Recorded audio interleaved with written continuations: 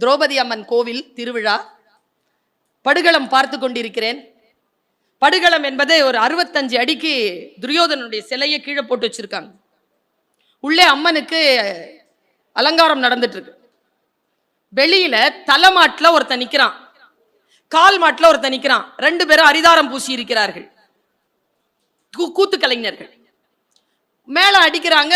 துரியோதனன காலடியில நிக்கிறவன் துரியோதனன், தலைக்கட்ட நிக்கிறவன் பீமன். 2 பேரும் சுத்தி சுத்தி வர்றாங்க. அங்கிருந்து பீமன் ஓடி வந்தான். கால் மாட்டுல நின்றுட்டு இருந்த துரியோதனன் அவனை எதிர்கொள்றான். 2 பேருக்கும் கதாயுதம் நடக்குது. நடந்துகிட்டு என்ன பண்ணா, திடீர்னு அவன் ஓடி போயிட்டான். இதுதான் காட்சி. அவன் ஓடி போயிட்டான். ஓடி போனவன் இந்த பக்கம் வந்து அந்த பீமன் இருக்கான்ல, அந்த அந்த படுகளத்தினுடைய சிலையினுடைய தொடையில ஒரு பானை வச்சிருக்குங்க.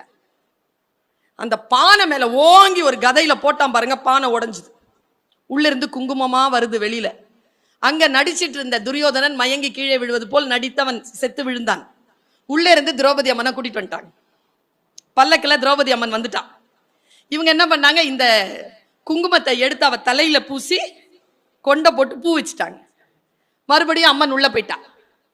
அப்புறமா பெருந்திரள் வாழ்வாரா பானுமதி வந்து ஓங்கி அழுவுறா. எல்லாருமே பிரசாதத்தை எடுத்துட்டு கலைஞ்சு போயிட்டாங்க. எனக்கு ஒரு விஷயம் புரியல. தொடையில அடிச்சாங்க,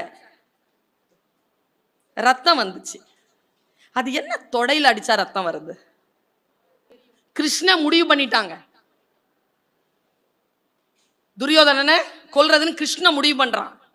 ஆனா அம்மா முடிவு பண்றாங்க, கடவுள் நினைச்சாலும் ஆகாதரா, நான் நினைக்கலடா, என் பிள்ளைய உன்னால கொல்ல முடியாது, நீயா நானான்னு பாத்துக்கலாம்.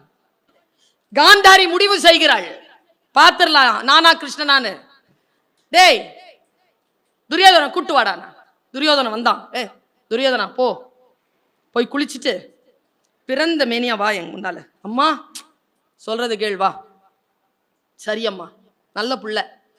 போனா குளிச்சான், பிறந்த மேனியோடு நடந்து வரான். வந்துட்டான் கிருஷ்ணன் நடுவுல. இவன் போய் காந்தாரிய பார்த்தா மகாபாரதம் முடிஞ்ச மாதிரி தான். நிறுத்தினான். நாம் துரியோதனர்களாக இருந்து விடக் கூடாது என்பதற்காக சொல்லுகிறேன். துரியோதனன் கெட்டவன் இல்லை.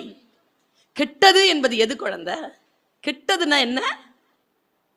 மற்றவர்களுடைய வாழ்க்கையை அழிப்பவர்களா? கிடையாது. சரியான புத்தி, சொல் புத்தி கேட்டுக்கொண்டு வாழ்க்கையில் தனக்கான விழிப்புணர்வு இல்லாத குழந்தை எல்லாம் கெட்ட குழந்தை தான். சுயமான உணர்வோடு இருக்கக்கூடிய குழந்தைகள், அறம் சார்ந்த குழந்தைகள். அவன் இல்லைங்க, துரியோதனன் இல்ல, அப்படி இல்ல. அவன் எம்டியாவே இல்ல, ஃபில்டு, நிறைஞ்சு இருந்தான். அதனால்தான் குறைய. எந்த சொல் சொன்னாலும் உள்ள போவாதில்ல. எல்லாம் தெரியனா ஒன்னும் தெரியாது அவனுக்கு. ரியாக்ட் பண்ணாங்க. அவன் நேரா கிருஷ்ணன் வந்தான். டே என்னடா, எங்கடா போற? எப்படி போற? அம்மா கூப்பிட்டுச்சு போறேன். அதுக்கு ட்ரெஸ் இல்லாம போற? அம்மா அப்படிதான் கூப்பிட்டுச்சு. என்ன இருந்தாலும் பொம்பளை, மறைக்க வேண்டியதா மறைச்சு போடா லூசு. அவ்வளவுதாங்க. அவன் நேரம் அப்படி பார்த்தான், ஒரு வாழை இலையை எடுத்து வச்சுக்கிட்டான் இடுப்புல. அம்மா போனா. வந்து விட்டாயா துரியோதனா? வந்துட்டேன் அம்மா. கண்ணை திறந்தா.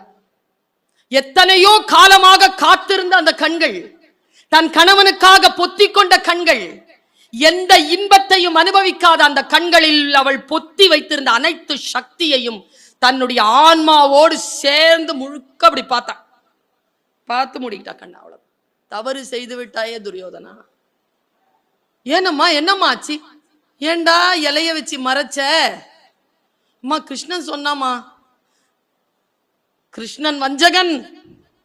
நான் எப்படி பிள்ளைகள் இல்லாமல் சாக போகிறேனோ அவனோ அனாதையாக சாவான் என்று சாபமிட்டாள் காந்தாரி.